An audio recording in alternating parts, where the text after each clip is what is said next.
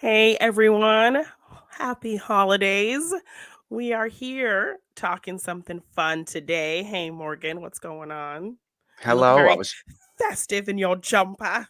well, I thought I'd come dressed appropriately, yes, because of course, I don't know what Christmas is, but Christmas time is here, Oh, apparently. I like that. I like that. Apparently. So the strange alien band, who are apparently a real band, Yeah, yeah, they're a real never heard band. of them in my entire Yeah, life. That's no, me not the neither. point.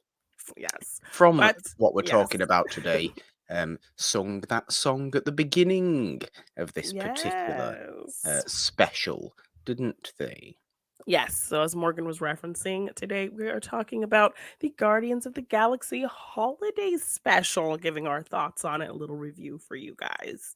Yes. So, yes, I mean, I feel like there was a lot of talk about this being kind of an integral part into kind of going into volume three.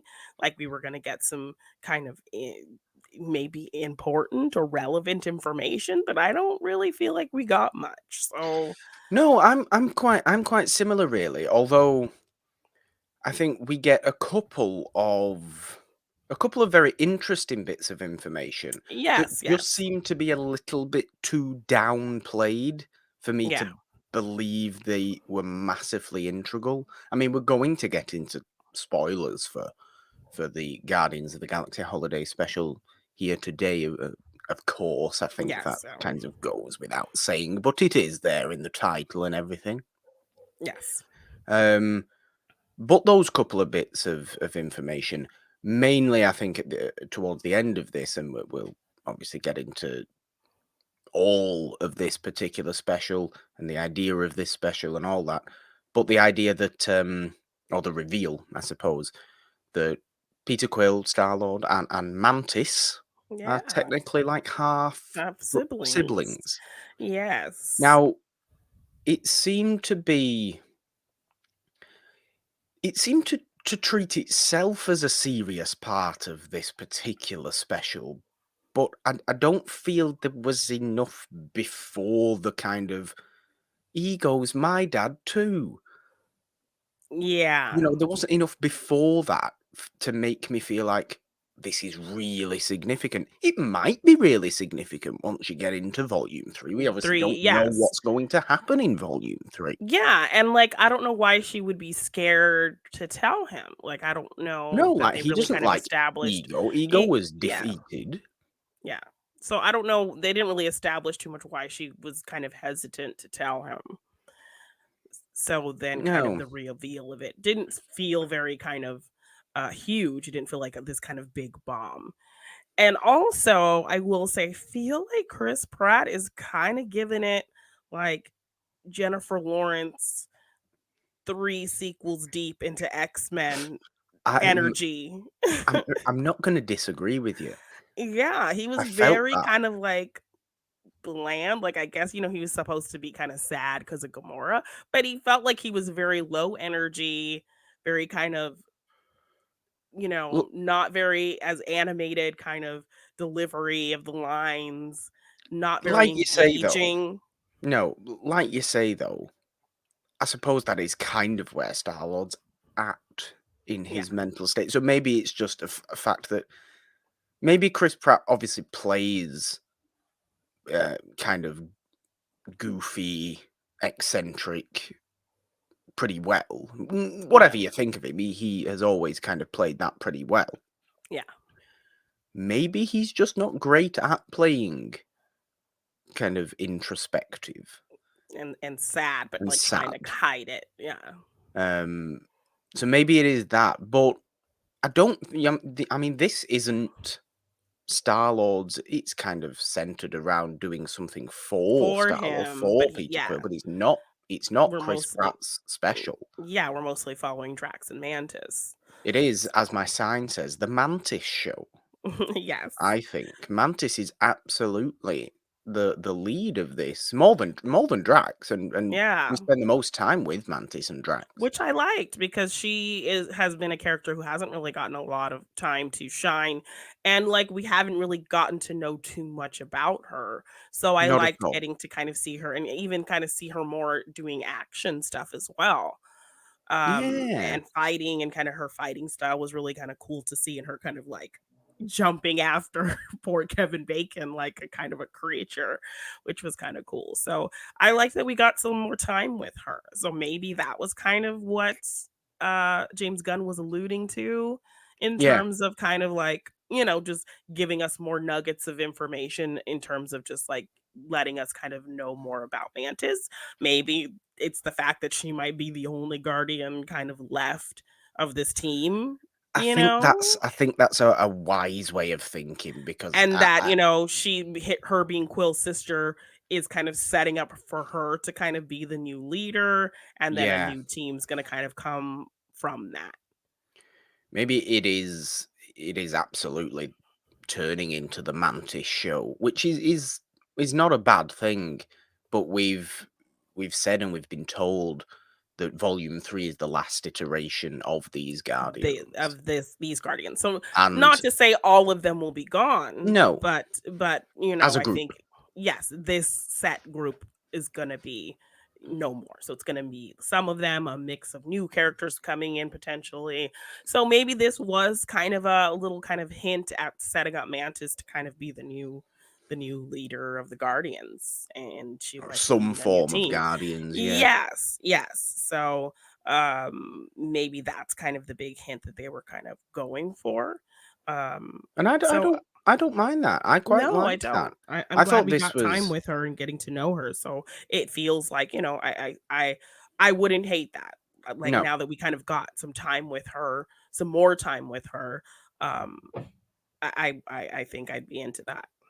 And I definitely feel like this was actually a showcase of Pom Clementieff being actually quite noticeably good as Mantis as well. Yeah. She has been a little bit of a bit parter Yeah. in Guardians 2 in the two big Avengers movies, Yeah. and was I don't even recall her showing up at the beginning of Love and Thunder, Yeah, she was just but kind she, of there. but she was probably there. Did she have a line? I'm not too sure. I don't even I don't remember her having any kind of significant line. But yeah, if this But if this is, as we think, the start of something more for Mantis, I'm all for that. I yeah. like it being that, and I like it as a holiday special. Actually, Yeah. the special idea, which I think we spoke about this during the Werewolf by Night thing that we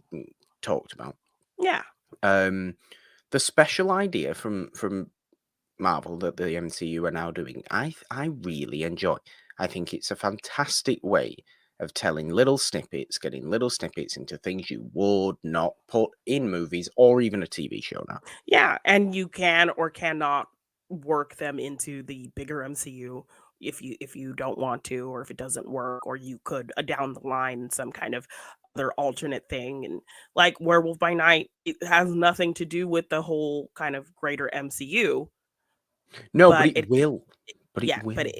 it has the potential to work in somewhere. So with these specials, I really kind of think that's a cool thing to yeah, Yeah. give these little nuggets of story that aren't too lengthy, just kind of a fun break from kind of the bigger picture. But And I mean that's might give you just a little bit going forward into whatever next story these characters, you know, may delve into. yeah, and that's exactly what this was. I mean, if Werewolf by Night was a kind of legitimate story that was interesting and you kind of got new things, this was very much a you know who all these people are. Let's have a bit of 45 minutes of fun with them, Yeah, yeah, which is exactly what this was. The whole the the point of this special is Peter Quill's sad, no more Gamora. Um, someone sings a song about Christmas. You get a little animation thing yeah. um, telling of a time in Peter Quill's childhood with Yondu and Kraglin, and how Yondu apparently ruined It ruined Christmas. Christmas, yes, but and I also like the style of the animation feeling very much of that era of, like, 80s kind of, you know, Yeah, s like, it's it felt Ralph like a heavy. Bakshi. Yeah, yes, very much like The Hobbit, like, heavy metal, like that kind of, uh, Yeah, rotoscoping kind of animation, yeah. it is. It always looks really weird because it's kind of there's a bizarre quality to this rotoscoping Ralph Bakshi style animation that's Yeah. so smooth but Yeah. really bitty and rough. Yes. Like it's like most of it's really smooth, but the lines are really rough, and it's kind Yes. of it's very unusual, very distinctive. Yeah, and I enjoy the the style. movements feel very kind of Yeah, realistic, but because it's kind of short stopping, it kind of, unsettles it a little bit. It's yeah, weird. I do Yeah, enjoy the it's very style. distinct. Yeah, so I like that they kind of took a style that was kind of the time period where this probably would be taking place, Yeah, the in, childhood, yeah. yes, yes, in like the 80s in that era of when Peter was, that age. So I thought that was kind of a fun thing, and then kind of circling back to it at the end to kind of, reestablish, that kind of Yeah. bond between Yondu and Peter that, was so sweetly, established at the end of volume 2. So that was really Yeah, sweet. basically, Kraglin tells the story of, how Yondu apparently ruined Christmas, Yeah. which gets all the other Guardians to kind of want to do something, want to Nice for they Peter. Yeah. realize, Kraglin says, it's come up on the kind of universal time, whatever calendar. Yeah. It's nearly Christmas time on Earth. This means something to Peter, and they're all like, "Let's all do something. Let's all do something. I know what we'll do," says Drax. "We'll kidnap.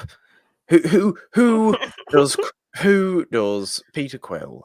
Who does Peter love more than anything else in the world? Kevin Bacon. Bacon, yes. Yes, he's So come up let several times, so let's let's go and kidnap kidnap Kevin real Bacon. life Kevin Bacon." Yeah, which I thought was great.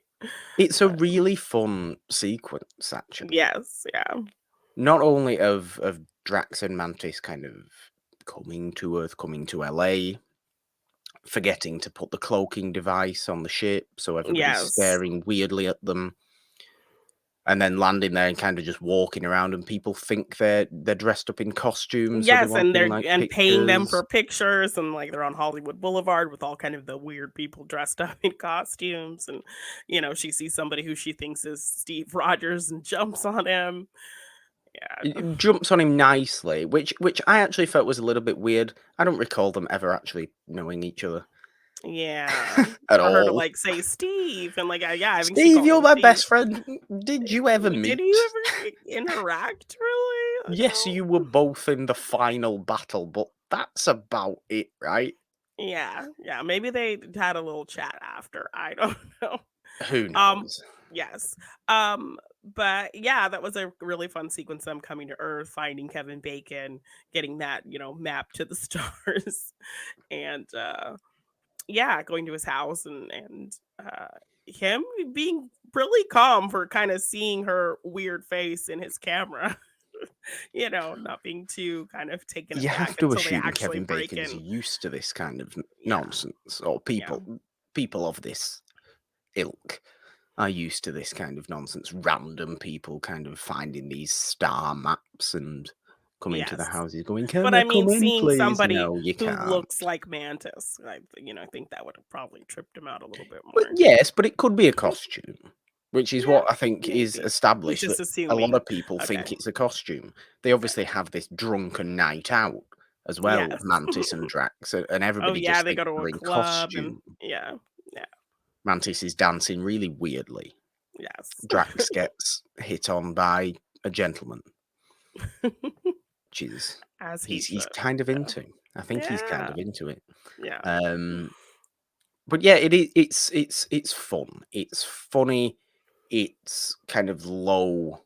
It's low Low stakes, stakes, yes. So they which do get Kevin Bacon, And then when they kind of get him on the ship and they find out he's an actor and that he's Where's all not, this like, hate come from as well? yeah, This which I this think that's hate just for supposed to be the in actors. joke because they're obviously actors. So I think it's just kind of this like, Yes, of course. I mean, of course it is. Of course, yes. it's a weird play at themselves. Yes, and then kind But of just going through some of his roles, which somebody, one of my horror TikTok friends was like, "What? They need to do their research," because when they were talking about Friday the 13th, he was like, "I actually didn't defeat Jason. I got an arrow through the neck." And then so my like horror TikTok friend was kind of like, "Jason wasn't even the killer in that movie." Like, well, he didn't don't say they that he know? got an arrow from Yes. Jason. Yes, no, he just said he didn't defeat Jason in that movie. He just got an arrow through the neck. But he kind of interpreted that like, why are they even mentioning Jason? Because he wasn't in that movie, he wasn't the killer in that movie. But People yeah. take things so seriously, don't they? Yes. Yeah. So That's such a petty nitpick. I mean, that is a kind of petty nitpick that I would go with. Well, technically, it's not technically, yes. Haven't you actually seen in the first Scream? movie. Yeah.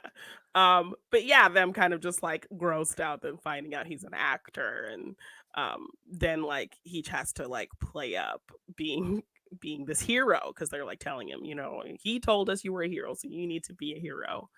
And then Mantis kind of having to kind of subdue him to get him Yes, to not use think everything anti-sleep is. powers. Yes, to get him to not think everything is super weird. So then when they kind of, do this whole big reveal for Peter and everything's all lit up and decorated, it's really sweet It is. It's very until Christmassy. yes, until he sees this box is like moving And and then shouting from the inside, going, yes. there's no air holes in here. I'm kind of dying. Yes, I can't breathe. And then he realizes it's Kevin Bacon. He freaks out. He has Mantis kind of take that kind of spell off of him. And so then he's kind of freaked out. Well, yeah, because he Um, freaks out in not the way they were assuming he would freak out. They're yeah. assuming he would go, ah, and this is everybody, every one of the Guardians is in on this whole decoration kind of Yeah. reveal situation at this point as well. Yes. We should mention actually they're on nowhere. They're Nowhere. So on that's kind of nowhere, another kind of piece of information we got. They bought Nowhere from the collector. So now they are working to kind of rebuild it and fix it up and they've bought it. So which is nice that they have a kind seemingly of a home like a base.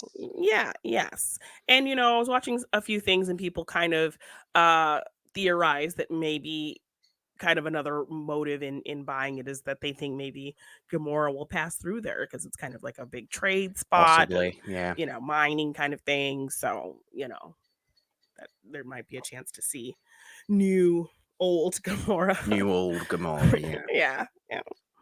Possibly, but that I mean that I think is a pretty significant bit of information Yeah, actually. that'll probably play into the next movie. So I so can imagine yes. so.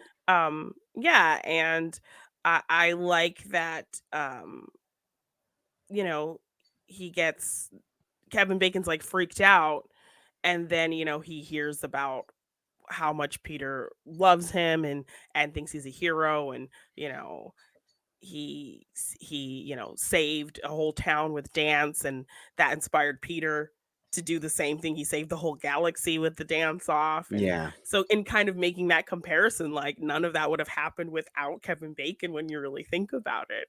and So I Kevin really Bacon realizes this, yes, and Kevin yes. So I Bacon then wants to do something yes. nice and So I goes loved along with it. Kraglin. Loved Kraglin kind of, breaking it down for him. And it was really sweet that, Kevin Bacon was like had to like sit back and be like, oh, that's really nice. And so it Yeah, kind of quelled his fears of being in space. So I liked that Kraglin really kind of took that sentimental angle and really explained it. Cause yeah, like you don't really think about it, because I feel like that movie feels so long ago yeah. that It yeah, like, was kind of. he literally saved the galaxy with dancing by, like, totally throwing off, you know, uh, Ronan with that dance. Yeah. So, and totally inspired by Kevin Bacon and Footloose, so I love that kind of nod to that, and then that inspires Kevin to sing a little Christmas song with the band, so, Yeah, I that's mean, I don't know what you feel about, like, kind of, like, rocky Christmas songs. or pop rock Christmas songs. I don't like pop rock Christmas songs, Janine. Yeah, Th but they're not Christmassy enough. Christmas no, songs need to be slow and croony and, that's your vibe. yeah, Sinatra, Nat King Okay, Cole, okay, Dean Martin, this kind of okay. vibe. All right, all right. No George Michael. Yeah, I mean, okay, but the don't put too many guitars in Christmas songs, please. There should be a lot of kind of twinkle bells Yes. and But I mean, things like that. it's scoring a very nice scene of everyone kind of Oh, it giving is, yeah, it's gifts, a lovely which scene. also, how the hell did Nebula get Bucky's arm? Yes, this is a point I did want to bring up. Is that actually Bucky's arm? Because they're all It giving appears. presents to each other now. They're all giving Yes. presents to each other. Nebula, who I just love Nebula, I've come to really enjoy Karen Gillan as Karen Nebula Gillan, and just yeah. how unbelievably miserable she is all the time. Even when she's like being nice, she's still kind of miserable about it. It's great. Yeah. Um, yes, she gifts Rocket. Rocket obviously has been clamoring after Bucky's arm since Infinity War. Yes. She gifts him Bucky's arm. Now, I don't know if this is actually Bucky's arm or if this is This is some sort of Bucky's arm of Bucky's that she's created this is somewhere. Bucky's this looks like Bucky's Wakanda arm. It So, does. Like, I does mean, Bucky not have Nebula, an arm now? I don't know. And I mean, if anyone could figure out the kind of little passcode to get it off, it would be Nebula because she is pretty Well, much a yes, cybernetic kind of yes. thing. So, I mean, depending on when It's this takes place, Bucky still had his arm at the end of Falcon Winter Soldier. So, yeah, it's concerning. I think yeah, a for little Bucky. bit. I'm concerned for Bucky and his and the Yeah. welfare of his arm. Although Rocket's got what he wanted and Rocket got the best Christmas present ever, so we're happy on Yes. that front, And I Groot makes suppose. these little kind of dioramas for everybody, which is really He sweet. does. I like the Yeah. look of Groot actually in this one as Yeah, well as he's like quite a buff, kind of yoked teenager, you yeah, know? big Groot. Yes. Thick Groot, you could call him. Yes. So he's not being kind of a teenage jerk anymore. He's like, Which is good. I was tired of that. yeah. We need to get back to not that I know Groot's a new Groot, it's not the same Groot and all this business that people will continually tell you. But I want mellow Groot. I don't want kind Yeah. of annoying, Angsty Groot. angsty Groot anymore. Yeah. We Yeah. got over that. Yes. I like dancing baby Groot. I liked that. But once we got into I'm Groot kind of Yeah. situation, And oh then it's like, god, go away. hey, watch your language. Get out. Yeah, But like no, clean your room. It's a mess in here. yeah, I like that. I mean, there are those significant elements to it, like we've said, Yeah. but it does still feel very low stakes. I enjoyed it as a fun little side thing. Yeah. Um, a fun thing we would not have seen if they hadn't have started doing these kind of special presentations. Um, although I think I probably did want to see or did want to for it to feel a little bit more, but then in realizing that it is technically a holiday special, a Christmas special, Yeah. like maybe I'm just used to British TV Christmas specials that are often like the most significant part of Oh, any TV yeah. show, Yeah. rather than just kind of I should look at it almost as like a Doctor Who Christmas special that's kind of a good story on its own, but has no input really to the rest Yeah, of the so, main I thing. mean, we'll see if these little nuggets we got will, like, end up kind of being bigger things in the Yeah, 3rd and we assume they movie, will. but for as of kind of watching it, I didn't see anything that was, like, a big kind of bombshell leading into this movie, which I kind of felt like that's what they hinted at a little bit before it Yeah, came out. So yeah, I thought it was really sweet and cute and a fun little festive treat and with these characters, especially, getting a little bit more time with them, knowing that this is, going to be their last outing in this next yeah, movie. So yeah. I liked that we got this little bit of extra time with them. And yeah, I thought it was a lot of fun. Sets up volume 3 not too badly, Yeah, which yeah, is I good. agree. is good. Yes. Enjoyable holiday special, gets us in the holiday spirit. I'm wearing my Christmas jumper. It is the Mantis Show, and this has Yes. been our thoughts on the Guardians of the Galaxy holiday special. Yeah. Subscribe, ding your notification bells to this YouTube channel if you want to, if it's there. Um, for all the fun stuff we have here. Things like this, Monday Madness, reviews, retro trailer reactions, watch alongs, movie collection videos, all of it. You can also Mhm. see scrolling down at the bottom of the screen. We have a donation link and the Patreon link in the description if you are feeling particularly generous this festive time of year. You can, of course, find the It's a Wonderful podcast feed, the main podcast feed on Anchor, Apple Podcast, Spotify, Stitcher, Google Podcast, Castbox, Amazon Music, everywhere else, all major podcast platforms, Monday, Wednesday, and Friday with Monday Madness. Morgan hasn't seen, and the main show, It's a Wonderful Podcast, over there. It is holiday season very, very soon. Very, very soon. Like Yes. the end of this week soon, Yeah. starting on the podcast feed. So we're getting very Christmassy. There, you can find the show on Twitter at It's a Wonderful One. Find me on Twitter at the Purple Dawn with A3 instead of the E in there because Janine. 3 is the magic number. On Instagram at just the Purple Dawn. All your delightful stuff is where. You can find me at Janine Devine _ on Twitter, Janine Devine on Instagram and TikTok. If you want to get any merch for any of our shows, you can find that at our Teespring shop. Just search It's a Wonderful Podcast on teespring.com. Or you can check the link in the description below. And if you want to purchase it in any of my art and print form, you can find that at my Big Cartel shop, geneanddesign.bigcartel.com. Well, as I said before, I don't know what Christmas is, but Christmas time is here. Janine, one thing left to do. 3, 2, 1. Bye. Bye.